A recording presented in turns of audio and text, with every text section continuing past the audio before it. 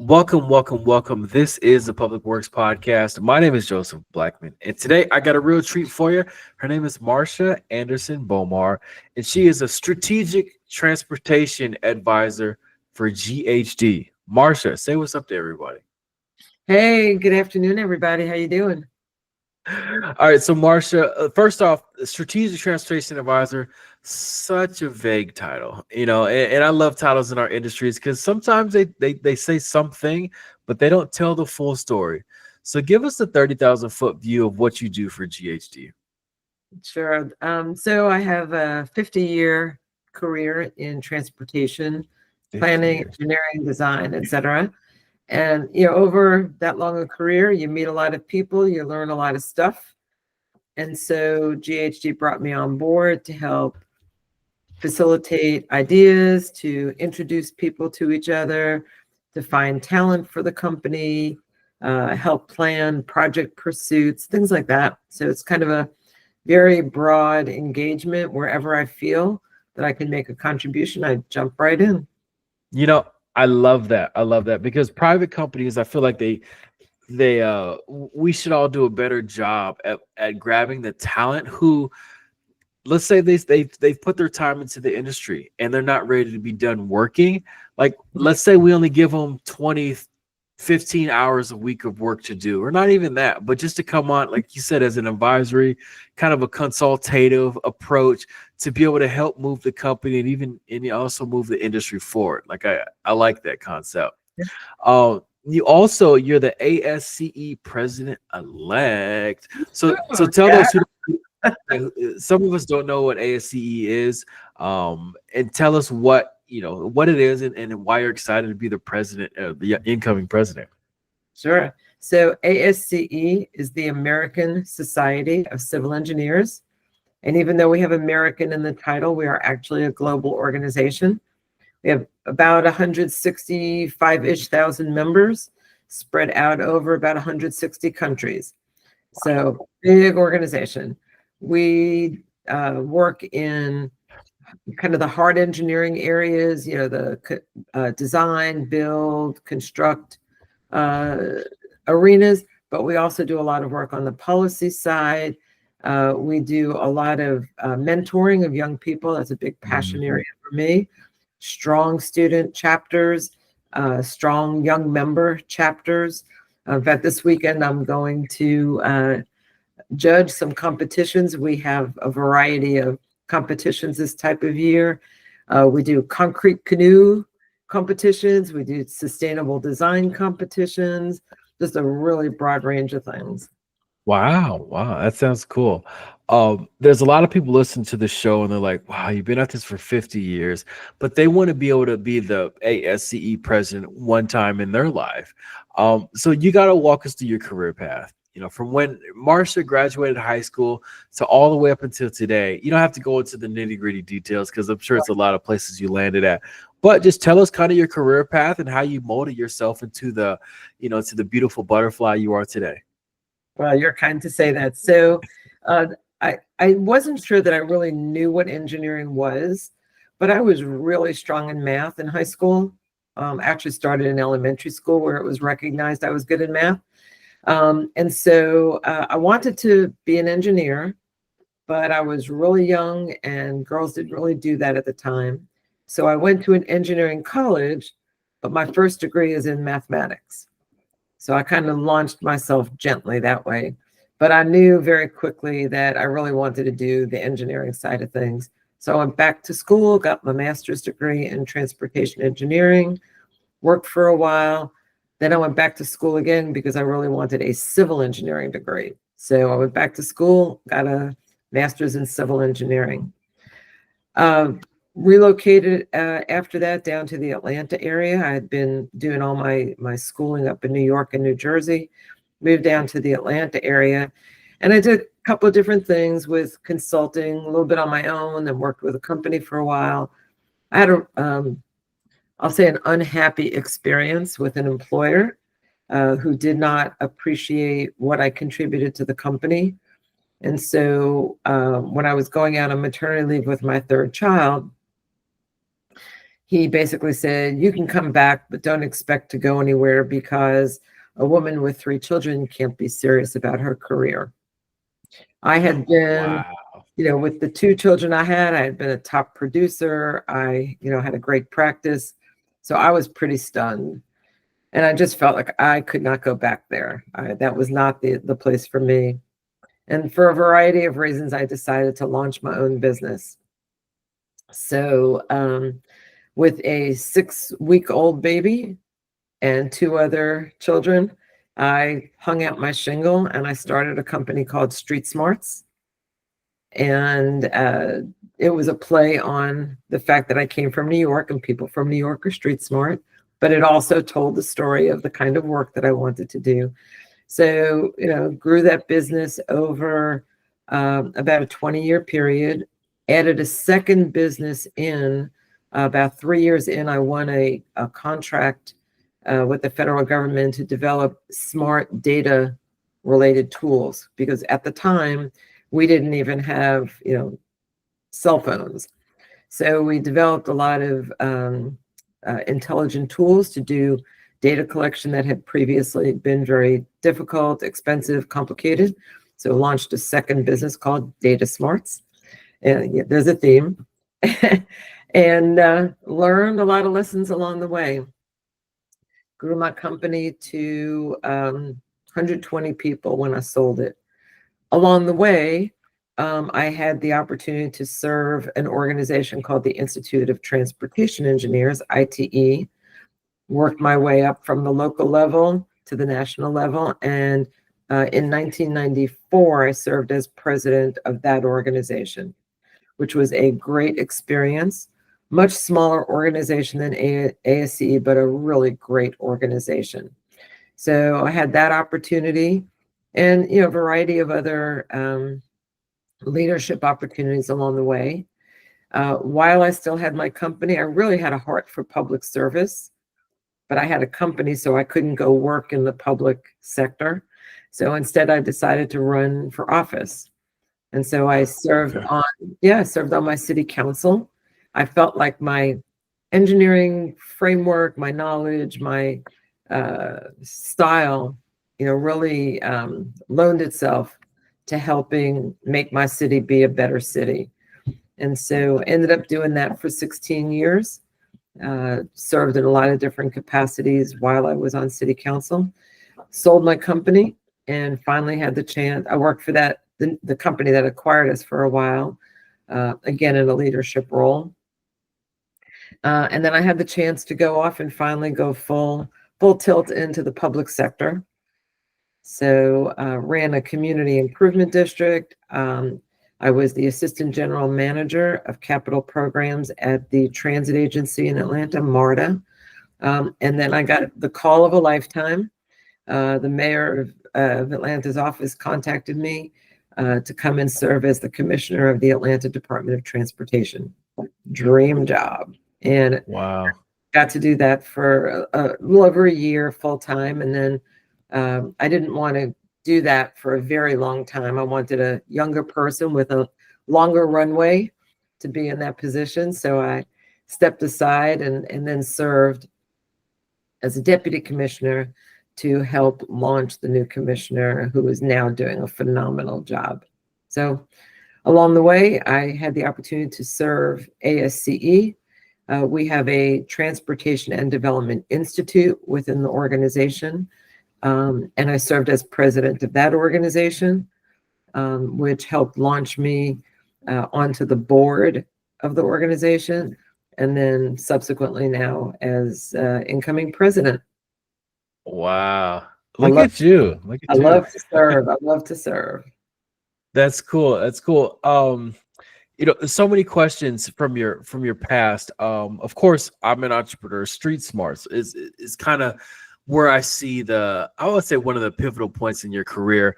You said, "Hey, this isn't nice how you're treating me. I'm going to, take the ball and go play on my own." You did that successfully, and then you get into the public side.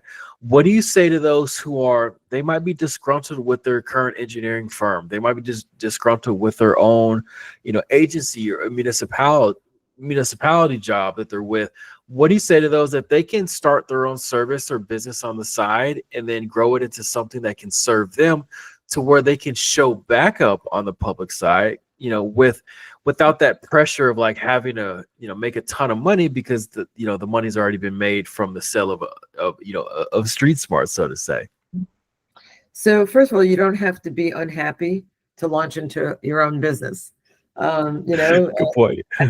I speak to a lot of people. I do a lot of mentoring of really smart, young, ambitious people who just have an idea for how they think they can run a good organization. Part of our challenge as engineers is we get a great technical education, but we don't always get a great business education. So I got lucky that even though I didn't have that business background, I taught myself, well as I went along. I would urge people to get a little bit more of a business background because going into business, there's risk and you have to really understand. I mean, there were times when my house was mortgaged that I didn't even own the front steps because I had to make payroll. I had to make sure everything was running smoothly. So, you invest for a long time before you get to reap that reward. But running a business it's an exciting thing to do. Has its moments where it's really scary because you got to keep winning work. But you learn a lot. You learn a lot about how to interact with people, how to cultivate relationships for the long term. It's not just about what project can I win tomorrow. It's how can I serve you over the long time? How can I bring value to you and your organization if you're going to a public sector and saying, I want to do work for you? It shouldn't just be about the contract that's on the table today. It should be, how can I be that great resource for you for a long time so that you are a better organization and, a better part of the community. It was great. I learned a lot.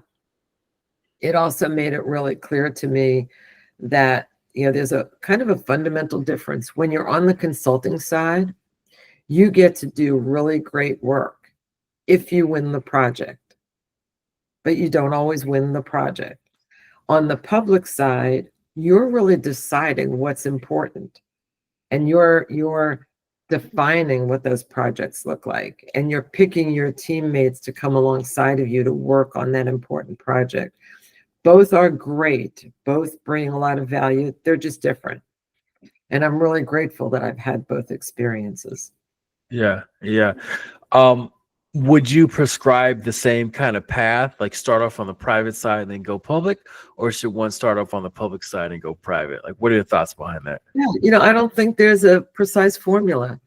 I have a lot of friends who, started right out of school on the public side, learned a lot, built a lot of relationships, and then came out to the private side and, brought those relationships with them, into their private sector work.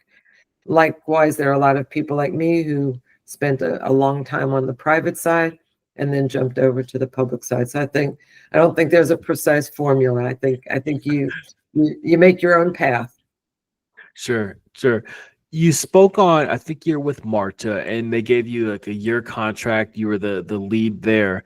And then you said, hey, I don't want to do this forever. I want to be able to put somebody in position who has a little bit more runway or time to actually stick with it. I love that. Yeah, that was actually at the City of Atlanta, not at MARTA. Oh, the City of Atlanta. Okay. City of Atlanta. I love that thought process. I feel like we don't see that often. I feel like we get those who are towards the end of their career, they want to hold on to the keys so near and dear because it makes them feel more valuable. Like, where'd you get that thought process from? And just that thinking of, hey, like I came, I saw, I conquered. Now I can send the ladder back down to those who are coming up.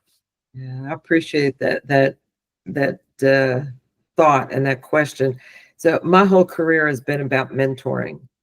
No matter where I was on the spectrum of experience, there was always somebody who knew more than me and somebody who was earlier in their development. So I did the best I could to reach up to those who had more experience to teach me. But I always tried to find, or be open to people who would come to me and say, I need help in this area, or I want to follow you around for a couple of days and see what your job is like and learn from you. And I still, to this day, I do a tremendous amount of mentoring because people are hungry to learn. And people like me who've had just been so fortunate to have so many different great experiences and some challenging ones, because we learn from those too.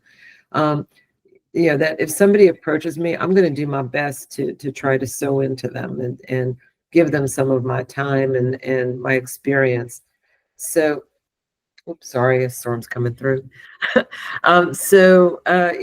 It's for me, it's just always been part of how I've led my life. I'm actually seeing a lot more these days of people later in their careers really carving out time to do a lot more of that mentoring.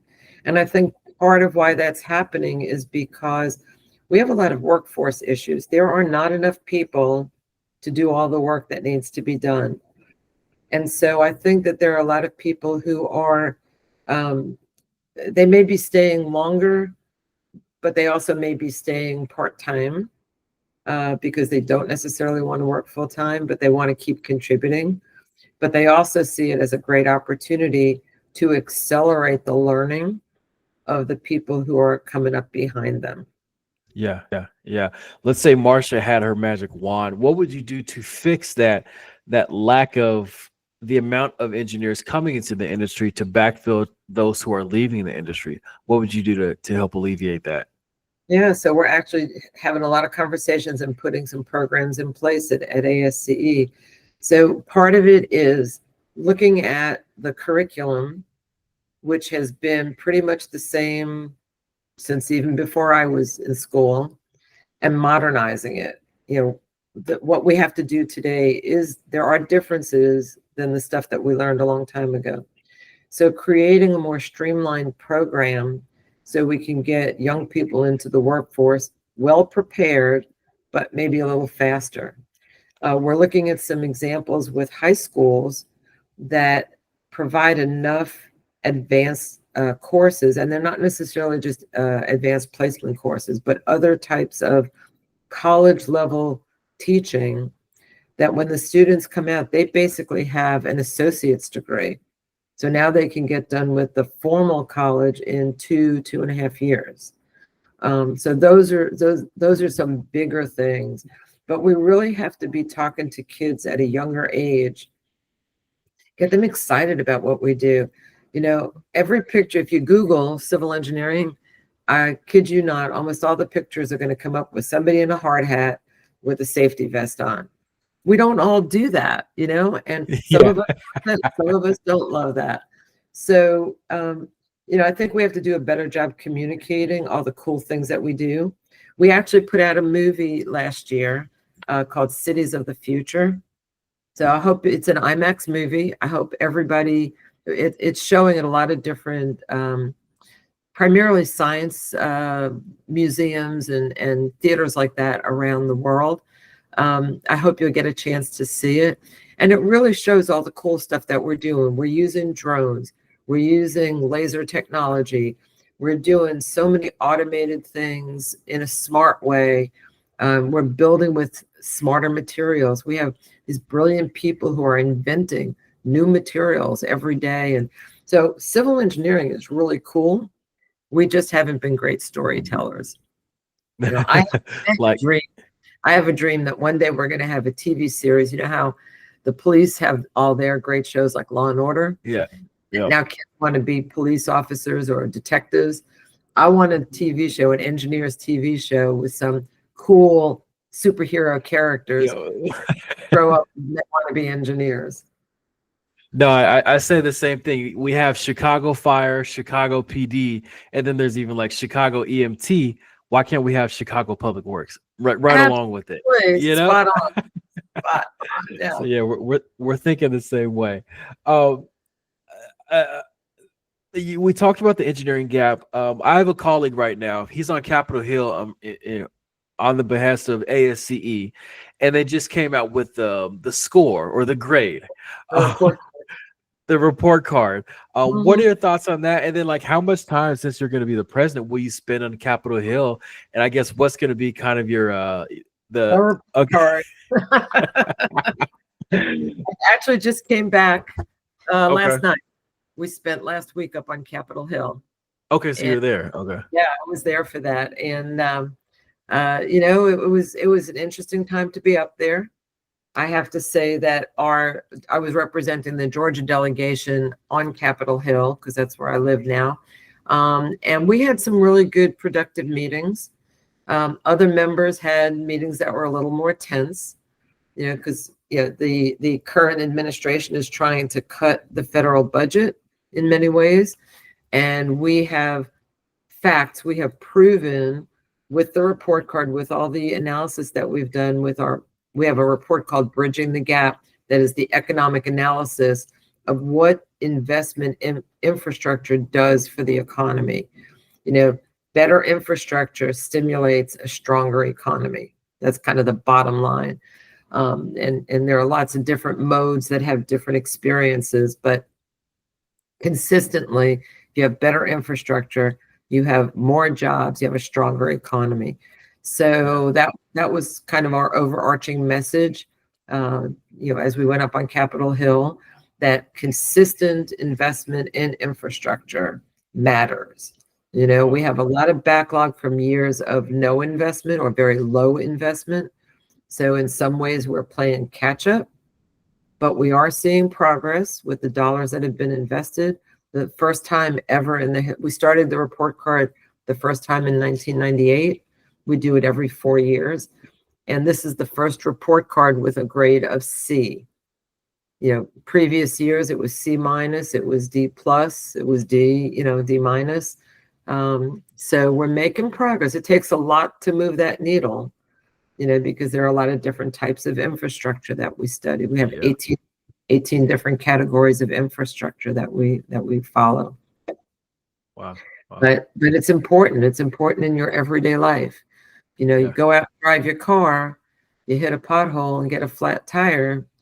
There goes a bunch of money to fix Yep. it. You lose your time. It may impact your work day. Yep. Little things like that make a big deal. Well, to your point, there's plenty of studies out that show about commute times and unemployment rates. Like if you live in a metropolitan area where you can't get to the other side of the valley or the metropolitan area within 40 minutes, you're going to be more likely to not have a job because getting to the workplace is a barrier to entry, so to say. So you're right. I mean, if things are done right, engineering wise or infrastructure wise, then there will be more gainful employment around. Absolutely. Yeah. It Yeah, does make yeah. sense. So let's say youngsters that you're mentoring them and they ask you, they say, Marsha, what is the one skill set they should pick up to be successful at pretty much what you do today? You're the incoming president, you work for an engineering firm, you're just an all-around great gal. What would that one skill set be that carries you through your career? One skill set. I think communications. I mean, certainly the technical skills are critical, but if you can't communicate, you can't enhance your career.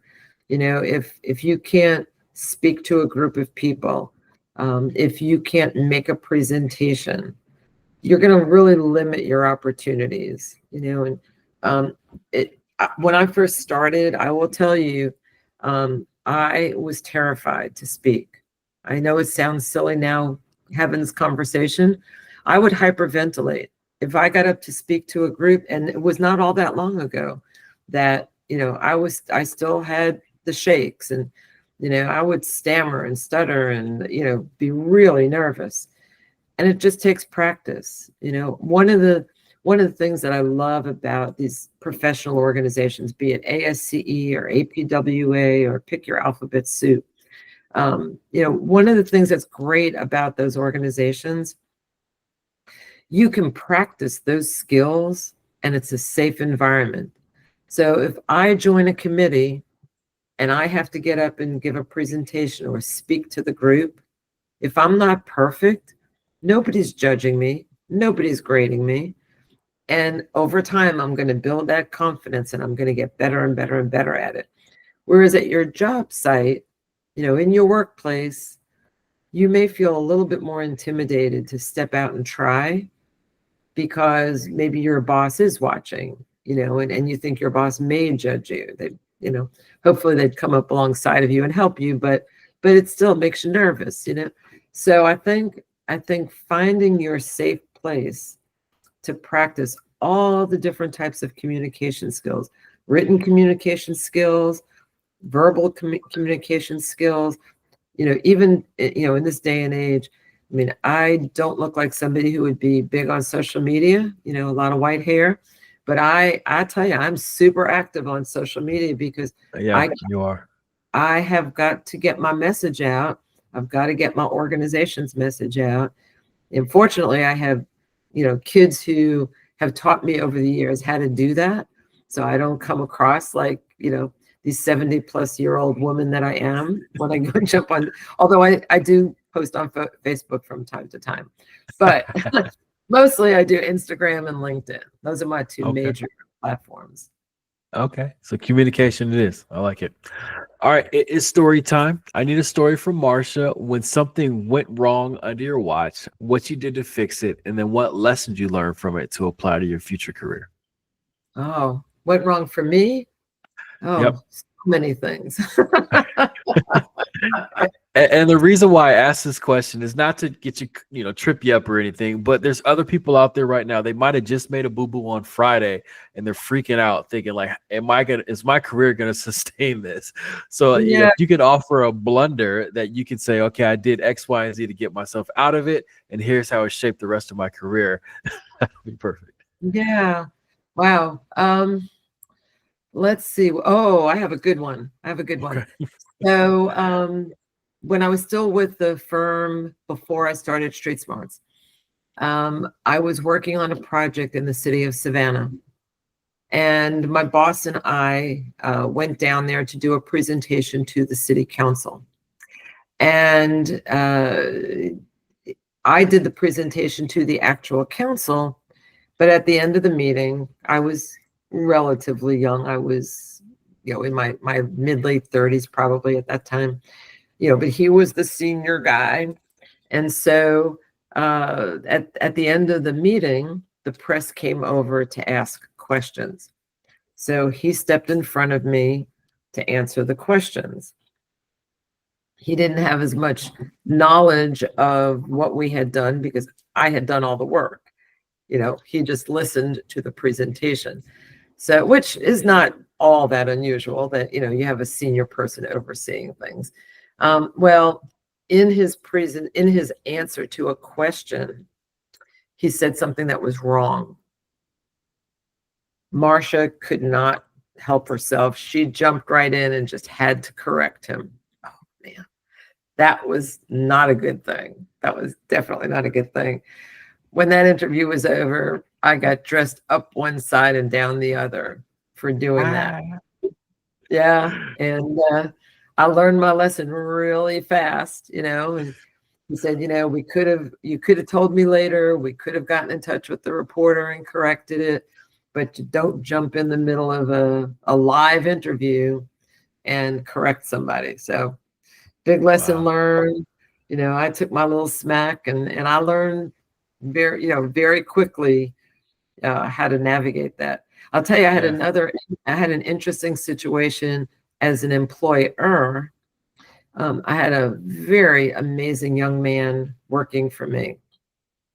And in the evenings, he had a heart to help young men who didn't have the same opportunities in life that he had created for himself. He really lifted himself up out of a bad situation.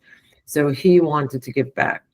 So he was working at I don't know if it was a shelter or just a place where young men gathered at night. And it was in a bad area. So he carried a gun for protection. Well, he came into the office one day with the gun. And I don't think he meant to, but it was right there. And I flipped out. I flipped out. And I struggled because I wanted to handle it well. And I had to figure out what to do because our policy said, you do that and you're out the door. But this young man was somebody I admired so much. I couldn't bring myself to enforce that policy. So, we had a long sit down and we worked out an arrangement, for him to convince me I said, for a while, I'm going to need convincing every day that you're not bringing that gun in my office again.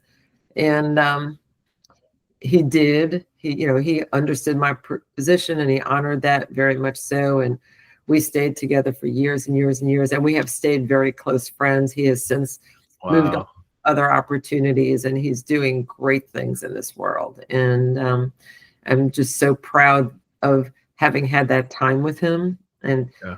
I feel kind of like a proud mom, seeing him grow up into this amazing man. I could have handled it very differently, and we both could have had a really different experience. Yeah. So, you can learn when you're on either side of that Yeah. situation. Yeah. Yeah. No, I appreciate those stories, those anecdotes there. Um, you said you've been at this for 50 years. You're about 28 years old right now, or you look 28. Um, how does Marsha keep upskilling? You could just put your feet on the desk and say, I've seen it all, I know it all, I've been through it all, it's all up here. But what does Marsha do, intentionally to keep upskilling herself? What's your personal and professional development regimen like? Yeah, so I read a lot when I'm not someplace where I can read a book, like I'm driving, I will listen. I listen to a lot of podcasts. I listen to a lot of Public books. Works podcast. Love public podcast. Yeah. I feel like I have to be in constant learning mode. I read pretty much something comes across, I get a magazine in the mail, and I try not to only read technical stuff. I read a lot of literature, and I've been on a mission for the last 2 years to read literature about other cultures and other countries, because I don't want to be, like this very narrow, I only know about my people kind of person.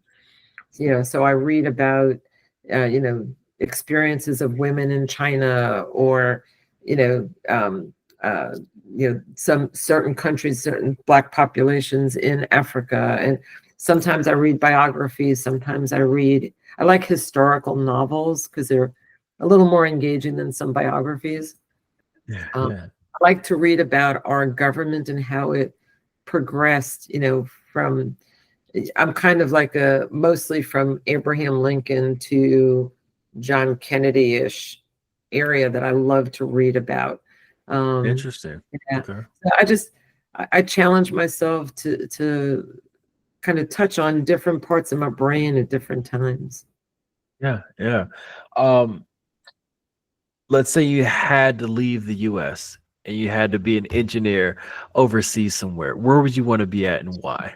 I have a really long list of places because I do Top dream of two. doing that. Let's see. So some of the places I would love I've visited New Zealand a couple of times and I love it there. It reminds me of, I'll say, the kinder, gentler time that I grew up in the United States. Mm, It's a great place with a lot of smart people, and they're technically they're very advanced. I visited there a few years ago, and there was an entire building that had this what looked like beautiful artwork on the outside, but it was these very smart panels that as the sun moved during the day, they would move a little bit. So they got some sunlight inside, but they weren't like being beat on by the high noon sun all day. wow. It Yeah. was amazing. Yeah. So yeah, that's one of the places I would love to go. I would love to go to Israel. Okay. That's part of my heritage, and so many amazing inventions have come from this tiny little country, but with a lot of really smart people. So I would love to spend some time there, and part of my learning journey to keep learning from some of those smart people. Yeah. And I Yeah. could go on. I could spend the rest of the podcast on this, but those are two places I would really love to spend, some considerable time and do some more of that learning and giving. Sure. Sure. Thank you for that. Um, you're at a dinner party and you always get that question. So Marsha, pleasure to meet you. What do you do? How do you answer that question now? And then also, I want you to dive into kind of like we talked about the perception of the industry. How would you advise those to answer it? If they just got their engineering degree or they're 10 years into their career, like what's the best way to answer that question that better tells the story of what engineers do for our society? hmm Really easy. You say, I make people's lives better every day. Okay. What I Okay. what I do, that's what we do. Whether we're building a better transportation system, we're building a clean water system, a sanitation system, a bridge, everything that engineers do makes your life better every day. That was a softball question. Yeah. I like it. I like it. You turned my curveball into a softball. All right, let's say you're commissioned to put up a billboard, and let's say you're ASCE now, you're the president. Let's say we gave you a 30-second ad for the Super Bowl, right? You get 30 Okay. seconds to tell the story of ASCE or even just engineering in general. What kind of commercial are you going for, to tell, again, the community, society, and depict it on what engineers do for our society? I would probably have a superhero with a cape fly in on a drone, like under a bridge, and then come back over with some kind of cool looking piece of equipment, like a LiDAR, some cool machine, cool civil engineering. I'll call it a gadget, a working tool that looks super cool, and swoop in and say, I just saved 20 lives because I saw a crack in the bridge and I stopped traffic before anybody got hurt, Yeah. something like that. Yeah, Yeah, yeah, totally. you No, got to you I got to mean, jazz it up. yeah, and you're totally right. Like these bridges and roadways, I like to say they're not Democratic, they're not Republican. They're for all people. And if we do it Absolutely. right, then everybody's gonna go home happy. All right. I always like to leave a space on the show for you to thank mentors you had along your journey. And then also I want you to give a word of inspiration and motivation to your fellow engineering counterparts across the country. Sure.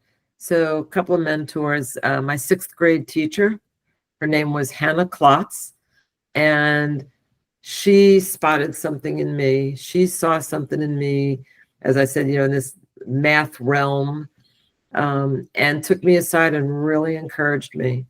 And she said something funny that I've never forgotten. She said, when you get to junior high school, you're going to start liking boys. I was always boy crazy, so that had already started. But you're going to start liking boys. And sometimes girls act silly and stupid because they think that will make the boys like them more. And she said, don't do that. She said, any boy who is worthy is going to like you more if you're smart. Now, I didn't always follow her guidance. I sometimes acted silly, but that always stuck with me, that, I want to be around people who appreciate the places where I am smart and I can make a contribution. So she was a great mentor that way. And then when I got to high school, I had a geometry teacher, Mr. Schneider, Marvin Schneider. And for whatever reason, at the beginning of the school year, I was struggling. It just wasn't clicking for me. And I would work hard and I would do my homework and I would practice and just wasn't happening. And so my grade was terrible. It was definitely not as good as a C grade. Let's just put it that way. And he took me aside and he said, and he was a creative teacher. So I remember distinctly, he was teaching us about the area of a sector of a circle. And he brought in, do you know what Swiss night cheese is? Those little kind of triangular pieces of cheese you buy in a round package. Go to the Oh, yep, grocery yep, store. yep, Yeah, yep, yeah, go into yeah, yeah, the cheese area. You'll see this yep. package Yep. cut up in triangles, right? So he brought that in and he put that up on the overhead projector and said, this is the area of a sector of a circle compared to the whole circle. And he did a lot of things like that with like common items to help you envision what he was trying to teach. And he sewed into me. He took me aside. He tutored me for a while. And at the end of the school year, I got, in New York State, you take what are called Regents exams. Everybody takes, across the whole state, takes a common exam to kind of see how everybody's doing. And I got a 100 on my geometry exam. Yeah. And I got a trophy. He sent me a little trophy for getting 100 on the exam. And, you know, it's experiences like that that really changed the trajectory of your life. Because if I had not been able to conquer that subject, how was I ever going to be an engineer, right? Yeah. What do you say to those engineers across the country now? They're in the trenches. They're fighting the same battles you're fighting. What do you say to keep them motivated, keep them inspired? What you do matters every minute of every day. You're saving lives. You're making lives better. You know, everything that you do in your day job is leading to that kind of outcome. And there are days when it doesn't feel like it, where you're trudging through a bunch of calculations, or you did something and there was a mistake and you got to go back and you got to redo a bunch of stuff. It's okay, because at the end of it, you are going to have a great outcome. You're going to see, you know, a community changed for the better because of what you did.